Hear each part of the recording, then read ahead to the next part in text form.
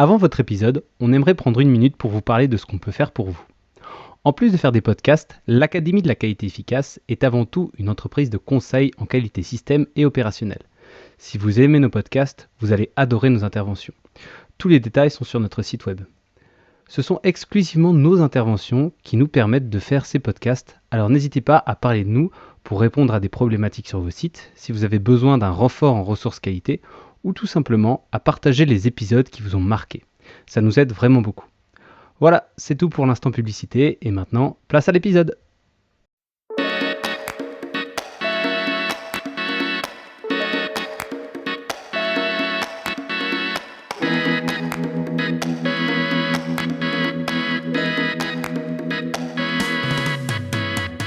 Bonjour à tous et bienvenue dans cet épisode 62 de La Pause Café, le podcast de l'Académie de la qualité efficace présenté... le podcast de l'Académie de la qualité efficace.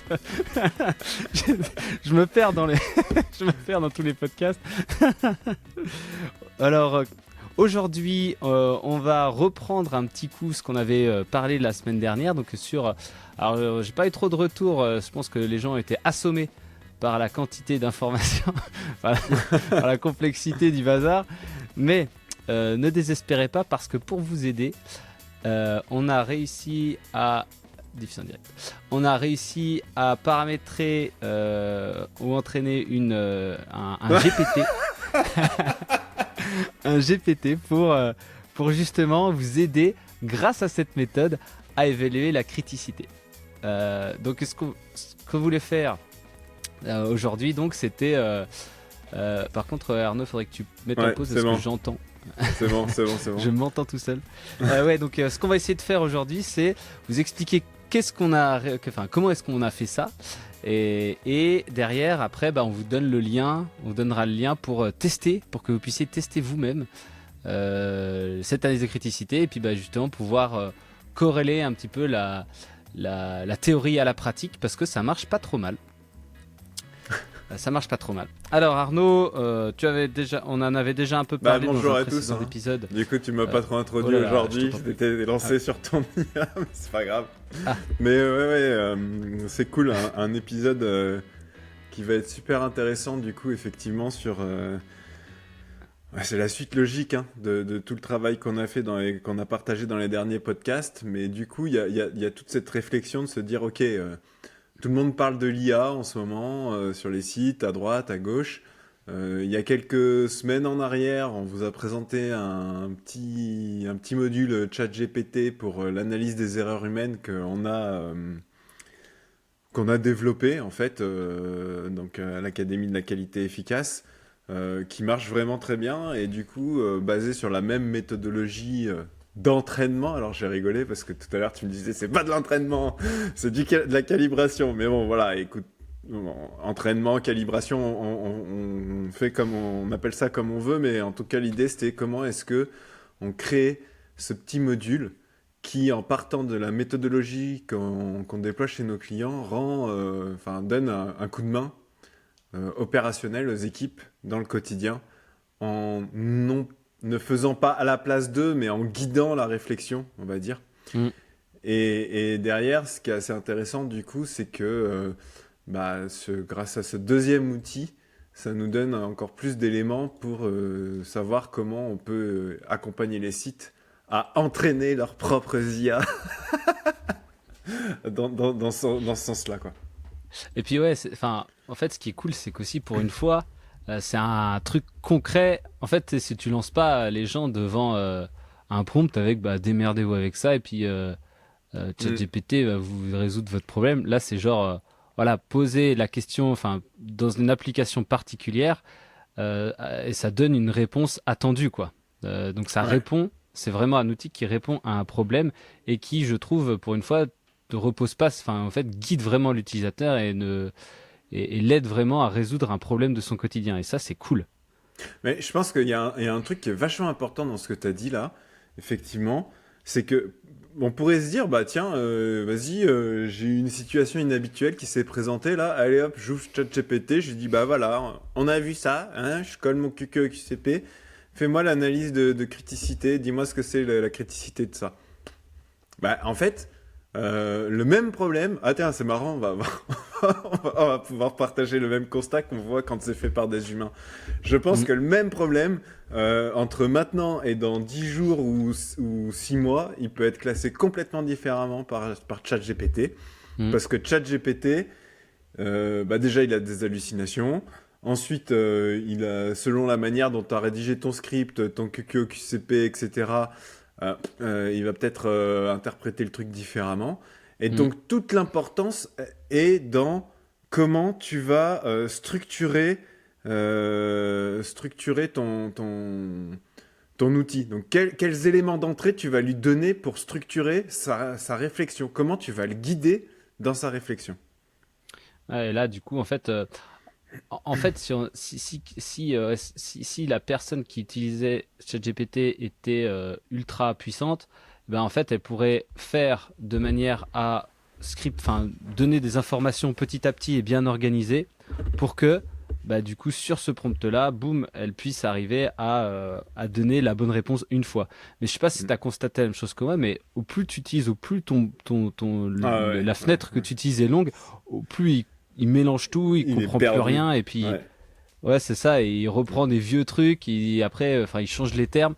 Enfin, toi, donc ça utilise pas vraiment tout, et finalement, c'est très difficile à faire. Tandis qu'avec l'outil qu'on a là, eh bien, en fait, il y a tout qui est déjà présent à l'intérieur, toute la méthode et le mode de réflexion est déjà présent à l'intérieur, et donc il n'y a plus qu'à poser les questions, et ça suit finalement le script. Donc c'est assez intéressant. Et c'est assez fidèle au tableau et aux différentes classifications qu'on a définies en amont, quoi. Exactement. Et je pense que ce qui a d'important, justement, et on va pas se mentir, on va se lancer des fleurs, hein, parce que du coup, c'est aussi notre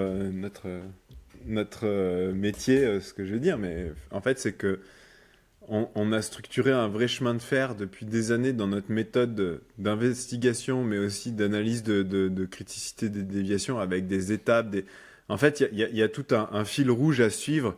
Et du coup, c'est vachement plus simple derrière d'aller paramétrer ça dans une IA que Mm. de balancer un truc et d'espérer que ça sorte quelque chose.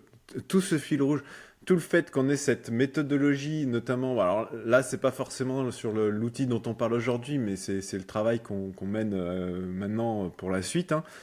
Donc ce travail d'investigation qui est, quel que soit le sujet, avec un enchaînement d'outils cohérents les uns avec les autres et toujours la même démarche standardisée, ça facilite vachement du coup derrière de mettre ça en une béquille dans une IA pour les utilisateurs. Par Mm. rapport à, tiens, j'ai une boîte à outils, vas-y, démerde-toi avec, et puis, quel que soit le problème, tu peux choisir l'outil A, B, C, D, E, F. Du coup, c'est vachement plus dur derrière pour cadrer avec une IA et pour accompagner les utilisateurs avec une IA qui est calibrée, entraînée, quoi. Mm. Alors, Donc, comment est-ce comment qu'on t'as fait fait, pour, ouais? Comment t'as fait comment, ça, toi, pour... Et on va comment t'as voir fait quelle est toi? la Non, non, mais voilà, parce que je pense qu'on a un peu eu la même démarche et enfin c'est l'idée, hein, et surtout c'est une démarche qui est documentée, quoi. Mm. Donc, moi, ce que j'ai fait, c'est que j'ai écrit un document premier document qui va résumer, enfin, qui va décrire précisément euh, comment je ferais, enfin, du coup, Mm. comment je ferais pour évaluer la criticité, donc avec Donc ton tous les process de différents réflexion éléments. à toi, Voilà, enfin, de la exactement. méthode, quoi, en l'occurrence. Et après, j'ai utilisé ChatGPT pour lui demander de générer un script. Donc, en fait, quand tu peux créer un GPT, dedans, tu as un bloc d'instructions. Et Mm. donc, je lui ai demandé de créer un bloc d'instructions optimisé pour justement, en suivant cette méthode, pour que, bah, du coup, le GPT puisse me générer un truc comme je l'attends. Alors, Mm. c'est pas le premier essai est toujours un peu nul. Enfin, du coup, tu prends le truc, tu le mets Ah dans le bah bloc complètement. d'instructions. Non mais clairement. Et là, tu lances, bah, tu prends une description au pif, et puis tu mets la description, puis tu vois ce qu'il en sort, quoi. Alors au début, il me faisait toute l'analyse sans trop rien me demander. Et puis, Ouais, bah, ça c'est dingue. pareil, Ouais, c'est ça, et il balançait tout. Genre, c'est pas du tout l'objectif du truc. Moi, je voulais que justement, il pose des questions pour, en fait, pour construire une espèce je sais De pas une guide à base la de données, mais réflexion, quoi. une petite réflexion. Ouais, mais Ouais. du coup, qui garde à l'intérieur toutes les informations qu'il obtient, et qu'à la fin, ils disent, bon bah voilà, selon tout ce que j'ai récolté, voilà ce que ça donne, quoi. Avec Mm. certaines des reformulations à certaines étapes clés. Et donc, avec justement cette essai-erreur, en reprenant des chats, en reprenant et en remoulinant continuellement ce que tu as en fonction des essais-erreurs, bah, tu finis par avoir en tout cas une interaction satisfaisante avec le chatbot. Et derrière, après, une fois que l'interaction est satisfaisante, bah, tu peux après améliorer en fait la méthode elle-même et en fait Ouais. forcer certaines questions à certains moments pour dire bah là je pense que là il faut améliorer en fait la fiabilité des informations récoltées sur cet endroit pour du coup fiabiliser la et ça te permet de te poser des questions assez pertinentes d'ailleurs sur toi derrière ce que tu attends vraiment parce que tu te dis Mm. bon bah effectivement c'est exactement ce que je lui avais demandé mais finalement le résultat est pas terrible donc en fait ça te remet en question vachement sur bah en fait c'est peut-être pas comme ça qu'il fallait c'est peut-être pas comme ça qu'il faut faire donc je rajoutais des questions. Alors comment il y a deux endroits, il y a deux choses que tu peux mettre en place. Donc tu as effectivement ce bloc d'instructions là qui va vraiment décrire ton interaction avec le chatbot et les étapes du process. Et après tu as À une base base de de documents connaissances. Mm. bibliothèque, une bibliothèque de connaissances, je crois que ça s'appelle, ouais, voilà, base de connaissances. Où là, du coup, moi ce que je fais, c'est que je mets des fichiers en .txt, donc c'est du bloc-notes, hein, ou qui décrivent en fait qui décrivent précisément certaines par exemple, j'en ai une qui décrit en tout cas qui décrit l'évaluation de la gravité. Et dedans, il y a tout le tableau avec gravité niveau Voilà. 0, 1, 2. Et puis après, derrière, toutes les correspondances avec toutes les différentes possibilités. Et ça, ce qui est intéressant aussi, c'est qu'au début, il s'en branle, quoi. Enfin, il va jamais chercher là-dedans si tu lui dis pas Ouais. qu'il faut aller chercher. Non, mais c'est ça, Donc, il c'est faut ça. Mm. constamment lui rappeler. Va chercher dans le truc pour dire exactement ce que je veux dans le machin. Et puis, enfin, du coup, ça prend longtemps, l'air de rien faire, hein, mais après, tu commences à te construire une petite logique qui fait que ça fonctionne bien, quoi.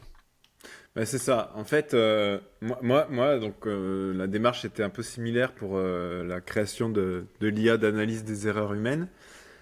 Alors, sauf que la base de départ est différente parce qu'on avait cette fameuse outil qu'on avait déjà développé, DTMike Tool, là, avec les différents Mm. axes.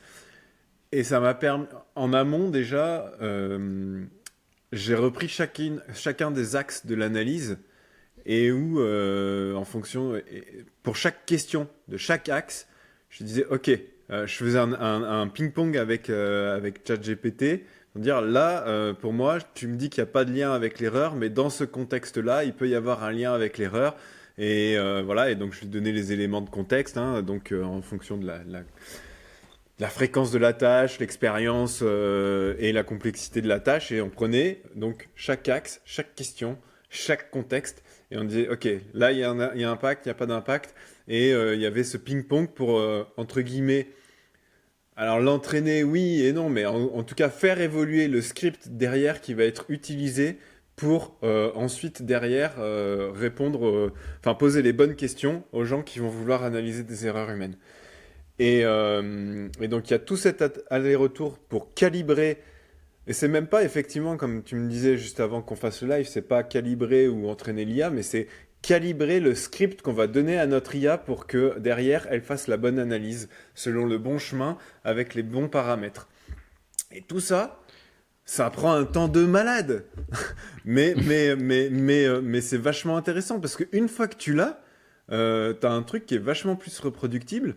En plus, tout ça, tu peux le documenter dans comment est-ce que tu as fait évoluer les paramètres, pourquoi est-ce que tu dis que tel paramètre va aller vers tel truc, etc.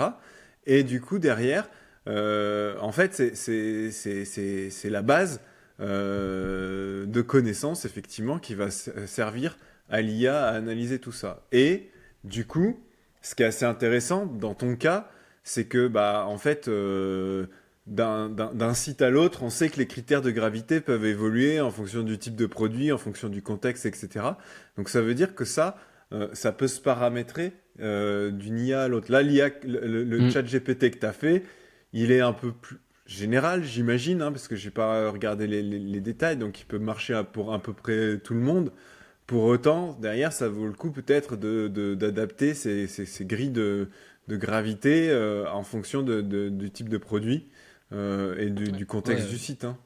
Et de la maturité, voilà, c'est ça. Ouais. Si Et tu de te la retrouves avec, maturité, enfin, si tu arrives sur exactement. un site avec 5000 déviations, dont 99% de mineurs, bah là, il faut faire autre chose que si tu arrives sur un site où tu as une distribution égale de majeurs mineurs. Mm. Toi, c'est là où tu vas décider un peu de ce que tu vas faire. Et c'est ça qui, ouais, c'est vrai que c'est ça qui est cool, quoi. C'est que finalement, c'est quel que soit l'IA du site enfin, parce que du coup, de plus en plus de sites ont des IA, enfin des modèles en tout cas de LLM à demeure. Eh bien, Mm. on va pouvoir arriver à refaire ça, quel que soit ce qu'il y a sur ce qu'on trouve sur les sites, quoi. Exactement. Donc ça va être assez cool. C'est ça, en fait, finalement, on va pas se mentir, hein, on a fait un peu comme toutes les boîtes de consultants. À un moment donné, on s'est dit, ah, on va faire notre IA d'investigation, et après, on va aller la proposer au site. On s'est posé cette question-là, et en fait, ça nous a semblé pas être une bonne piste. Hein. C'est pour ça qu'on est parti plutôt dans l'idée de, on va apprendre et développer une méthode d'entraînement, de calibration des IA, parce que finalement, aujourd'hui, tous les sites ont leur petit module IA plus ou moins abouti, plus ou moins travaillé, notamment si on prend la partie déviation. Hein, il y a des sites où il y a des choses qui sont déjà un peu en place. Ça ne veut pas dire qu'il ne faut pas l'entraîner, ça ne veut pas dire qu'il ne faut pas la calibrer. Attention, alors après, je ne remets pas en cause la manière dont ça a été fait sur ces fameux sites où il y a un truc qui est déjà en place, hein, mais ça serait intéressant d'échanger là-dessus. Et puis, il y a les sites qui ont juste un petit déployé, un petit outil IA où tu peux aller poser des questions un peu comme ChatGPT en interne. Les données restent en interne, etc. Et là-dedans, on peut très facilement développer une entité IA spécifique, un agent IA spécifique en utilisant la méthode qu'on a utilisée pour entraîner notre IA d'analyse des erreurs humaines et notre IA d'évaluation de la criticité des déviations. Quoi. Mm. Et à venir d'autres. Et à venir d'autres, clairement. Et ce qui est cool.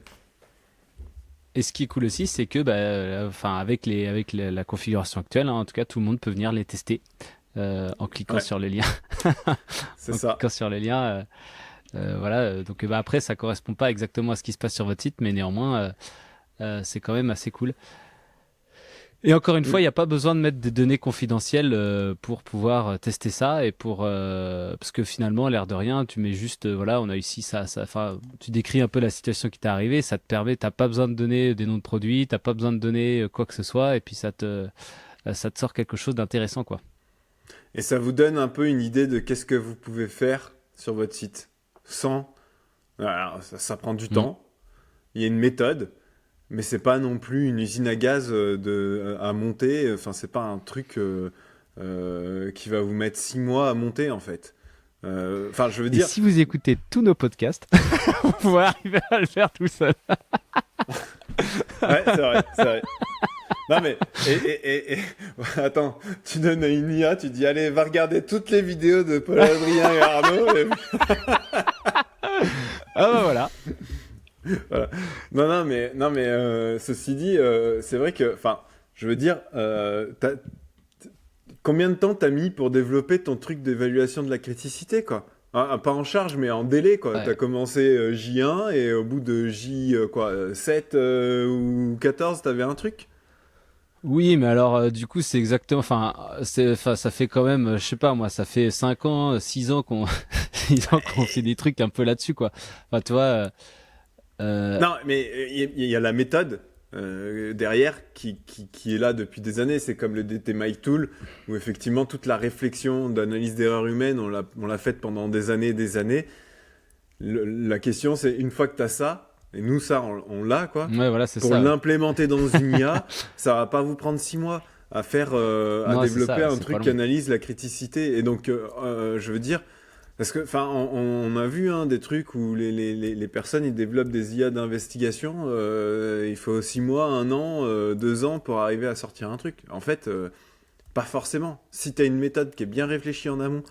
Et après, on a eu de la chance, entre guillemets, parce que c'est vrai qu'on aurait pu partir sur méthode d'investigation, pas chemin de fer, choix d'outils en fonction, voilà, et ça aurait été beaucoup plus compliqué. C'est vrai que nous, notre démarche d'investigation fait que ça s'y prête bien, quoi. Mm. Ouais, c'est ça, ouais. Et toute la réflexion qu'on a fait depuis des années s'y prête bien. C'est peut-être un Ouais. peu de la chance, ou alors c'est parce qu'on est bien La rendu fort. sérendipité, mec. On s'est préparé au succès pendant des années. Exactement. Non, mais après, voilà, ouais, mais c'est très intéressant en tout cas. Et puis, ce qui est cool aussi, c'est que c'est pas, toi encore une fois, c'est pas une réponse qui est tout cuite. C'est toi en fait, c'est toi qui choisis quand même en amont tout ce que tu veux, tout ce que tu veux lui faire dire, l'air de rien. Et derrière, en fait, il va juste te poser les questions exhaustivement pour te permettre d'arriver à utiliser les outils, les trucs que tu as définis en amont pour arriver à au résultat, quoi. Et c'est pour ça que c'est Mm. reproductible. Mm. Et derrière, ça permet aussi de te faire réfléchir toi, enfin d'augmenter en fait ta perception des choses, quoi. Mm. Complètement. Complètement. Et du C'est ça avec coup, les erreurs humaines, c'est vraiment cool. Ça, par contre, ça c'est vraiment autant avec la criticité, bon. Ça te permet en fait de maîtriser plus la méthode. Par contre, avec les erreurs humaines, ça c'est vraiment cool de pouvoir te faire penser à plein de choses que tu n'aurais pas pensé, quoi. bah, moi, ce qui m'a impressionné sur celui des erreurs humaines, c'est en fait l'IA, elle allait plus loin que ce que j'avais prévu. Ah ouais, parce que du coup, nous, à la base, c'est juste analyse des causes d'erreurs humaines en fonction du contexte de l'activité. Et avec derrière, au final, ça te sort un espèce de rapport avec, bah, il y a plutôt, dans le cas, c'est plus de la documentation ou de la charge mentale ou du comportement, j'en sais rien. Et il sort un peu les arguments pour ça. Et après, il te dit, bah, est-ce que je voulais que je vous propose des actions? Et donc, Mm. ça, c'est quelque chose que j'ai pas paramétré, hein. Alors, après, j'ai Mais pas si, tu avais mis quand paramétré, même. oui et non. J'ai mis de la base de connaissances, j'ai Ouais, c'est renvoyé ça, vers dans la des base de bases de connaissances, tu as mis plein connaissances, de. de liens vers des trucs un peu, comment dire, disponibles sur Internet, sur la gestion des erreurs humaines aussi, hein. Ce qui permet à cette IA, effectivement, peut-être de proposer des actions. Parce que moi, les actions qu'elle a proposées, elles étaient, ma foi, pas, elles étaient pertinentes. Ça manquait un peu de Mm. concret par rapport à la réalité du site de comment. Mais du coup, quand on te propose ça, tu te dis, ah ouais, tiens, après, tu peux te poser la question, tiens, comment est-ce que je pourrais arriver à mettre ça en Mm. place sur mon site? Donc, ça te donne des pistes d'action vachement intéressantes et qui vont plus loin que ce qu'on avait dans notre outil DTMic Tool historique qui était basé dans Excel. Donc, forcément, les pistes Alors, je sais d'action, pas on si était c'est obligé de les moi. présélectionner. C'était très Sans large. déconner, c'est moi. Donc c'était vachement intéressant ça. Et après, elle m'a même proposé, est-ce que je voulais formalise sous forme de kappa, au format Trackwise. Donc en fait, elle m'avait proposé une Ah, c'est bon. structuration dans un format Trackwise, quoi. Ouais. C'était fou. Alors, c'est juste, j'ai juste à couper 2 secondes, donc je sais pas exactement où t'en étais. Mais, mais ouais, mais tu vois, ce qui est cool aussi, c'est que t'avais mis, en fait, de la philosophie un peu derrière. Tu sais, Mm. bah, enfin, j'ai regardé un peu ce qu'il y avait dedans, et il y a quand même, toi, tout un tas de petits trucs qui font que, bah, ça va plus proposer des actions qui sont qui vont modifier l'environnement et le système, le processus, plutôt que de recommander de fustiger un type au pif, quoi. De faire de la sensibilisation d'opérateurs. Voilà, c'est ça. Ouais, c'est vrai. Bah, oui, bah, après, c'est vrai que dans la documentation de ce module sur l'analyse des erreurs humaines, il y a toute nos années de réflexion sur ces Mm, approches-là, quoi, hein, qui sont mis dedans, quoi. mm. C'est que ce que j'ai pas moi encore trop fait, moi, là j'ai mis purement en fait la méthode, l'interaction souhaitée avec l'utilisateur, et puis bah derrière tous les tableaux enfin en tout cas les possibilités avec les différentes réponses, quoi, sur Mm. ce qu'il faut faire, quoi. Ouais, non, mais c'est clair, c'est normal. Mais du coup, enfin, c'est comme ça, en fait, que petit à petit, on arrive à à la calibrer Mm. dans le bon sens, quoi. Ouais. Ouais, du coup, c'est super intéressant. Donc, si jamais vous avez sur votre site une IA, en tout cas, et que vous souhaitez essayer de faire ça ou de vous lancer un peu là-dedans, bah, soit vous essayez comme ça et puis tenez-nous au courant, soit bah, vous pouvez nous contacter et puis bah, on essaiera de faire quelque chose aussi, quoi. Bah oui, carrément, avec, voilà, on pourra vous présenter plus dans le détail comment, pas à pas, on va entraîner, calibrer, paramétrer votre IA. Et mais ouais, et ce qui est important aussi pour nous, effectivement, c'est un peu le parti qu'on a pris sur ces deux modules, c'est de documenter, d'avoir un document maître qui permet aussi de défendre ça, en fait, d'expliquer la démarche, et pas d'avoir juste un outil un peu obscur, boîte noire, où tu poses un truc dedans et tu sais pas trop ce qui va te sortir, parce que tu sais pas comment c'est paramétré. Nous, Mm. tout est paramétré, documenté. Ouais, ce qui est cool, c'est que tu peux arriver à retrouver, enfin, vu que bah, c'est compris dans l'interaction avec l'utilisateur, il explique tout le raisonnement, où est-ce qu'il allait chercher les trucs et qu'est-ce que ça donne. Et ben finalement, si tu vas changer dans les documents ce que tu veux, eh bien, euh, bah, ça te changera le résultat de la même manière, quoi. Donc, toi, Mm. ça reste reproductible et ça, c'est top. Donc, ça veut dire que théoriquement, alors ça, je sais pas trop, hein, mais théoriquement, tu pourrais essayer je dis du bout des lèvres, hein, mais de le qualifier, valider le machin, quoi.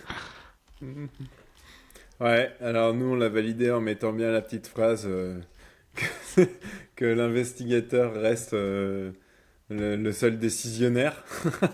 En Mm. tout cas, c'est ce que j'ai mis dans la partie erreur humaine. Attends, c'est comment déjà la phrase? Ouais, moi, c'est pareil Euh, aussi. Ça dit un truc, ça doit être approuvé par quelqu'un. Enfin, ça doit être lu et approuvé par quelqu'un derrière. Enfin, par une Ouais, personne, quoi. voilà, Une exactement. vraie personne. C'est ça. C'est vachement important malgré tout, hein, parce que pour le moment, c'est pas encore effectivement validé informatiquement, hein, mais ça pourrait être vachement intéressant d'aller là-dedans après, quoi. Mm. Et ce qui est Mm. cool, l'air de rien, ouais, c'est que t'as pas tant besoin. En fait, c'est ça, c'est que t'as pas tant besoin. Enfin, t'as pas. Pour l'instant, t'as pas besoin d'avoir une base de données importante derrière, quoi. Non. Et puis, Parce que c'est je une veux dire, méthode. c'est C'est ça en pas. fait. C'est ça. Et même d'un point de vue validation informatique, alors oui, est-ce que c'est reproductible? Genre, je reprends le même événement et à 2 semaines d'écart, je m'assure qu'il va me guider un peu de la même manière. Ça, c'est intéressant, mais ça, du coup, c'est toute la calibration que l'on fait, parce que derrière, après, finalement, il te ressort à la fin toute la réflexion en un rapport, en fait, il te ressort Mm. toute la réflexion qui fait que pourquoi est-ce que tu arrives à telle classification. Ouais, Et c'est c'est pas ça. lui qui te fait la classification, hein. C'est lui qui te pose les questions pour que, et grâce aux éléments que tu vas amener, il va t'aider à faire la bonne classification. Et tu vois, ça répond quand même à un problème qu'on voyait, enfin qu'on entendait beaucoup enfin, au début, même toujours maintenant. Hein. C'est, enfin, il faut absolument des données fiables pour arriver à faire un truc, pour arriver à faire un truc fiable. Bah, finalement, en fait, vu que on utilise plutôt l'IA comme un outil d'aide à la réflexion et non d'analyse de données, eh bien, tu n'as plus besoin d'avoir des données ultra propres parce que c'est toi qui apportes les données, enfin, c'est toi qui apportes les données à la Ouais. réflexion, quoi. Et ça, c'est une bonne approche, hein. Effectivement, d'avoir une IA qui est pas en analyse de données. Enfin, bref, après, c'est une bonne approche pour nous qui sommes consultants extérieurs, etc. Non, mais parce que voilà, parce que forcément, moi, je suis sur un site, je peux avoir une base de données structurée, fiable, etc. C'est pas gagné, hein, mais si je peux le faire, effectivement, ça peut être intéressant d'avoir des IA qui font de l'analyse de données. Voilà, nous, on n'a pas accès à ces éléments-là chez nos clients. Par contre, on peut les aider à structurer une IA méthode, en fait. Pas une IA analyse de données, une IA méthode. Et grâce à cette IA méthode d'ailleurs, qui permettra au bout de 1 an d'utilisation peut-être, à construire justement des données fiables pour pouvoir après Mm. derrière travailler sur les données générées grâce à ça, quoi.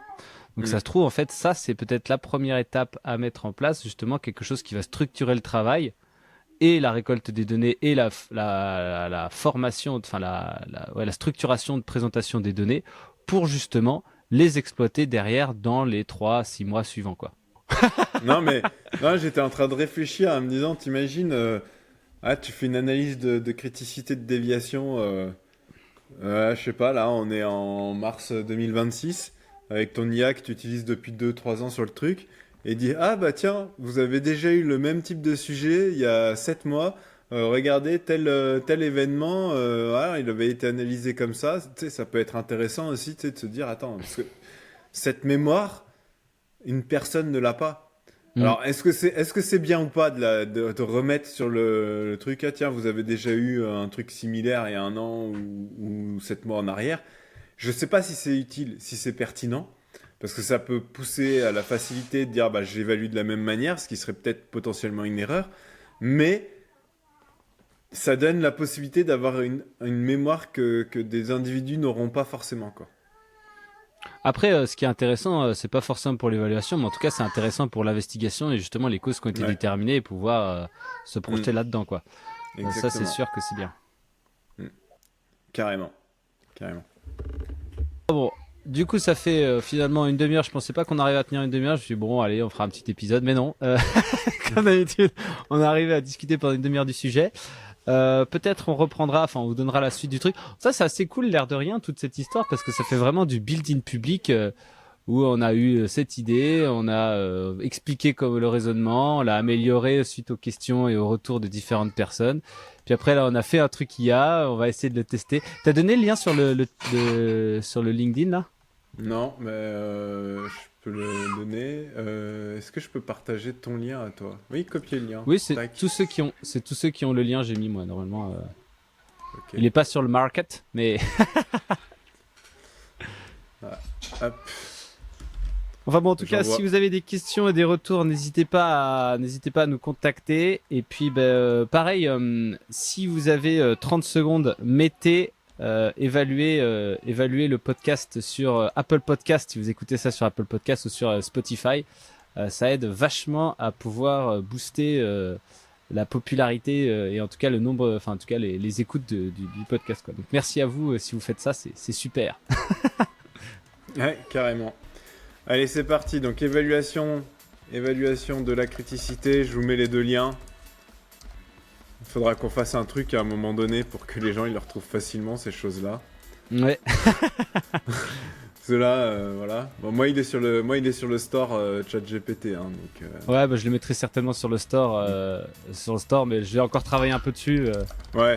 De toute façon. Pour le moment, ça reste. Analyse des erreurs humaines, là, franchement, je ne l'ai plus retouché depuis un moment parce que je trouve qu'on est arrivé à un bon résultat. Évaluation de criticité, ça reste encore, comme tu dis, un peu en build-in public. Donc n'hésitez pas à aller le tester, c'est intéressant. Pour le moment, il n'est pas encore finalisé. J'imagine qu'on peut dire les choses comme ça, quoi. Yes. En tout cas, merci à tous et à la semaine prochaine pour un prochain épisode. Allez, merci. Ciao, ciao.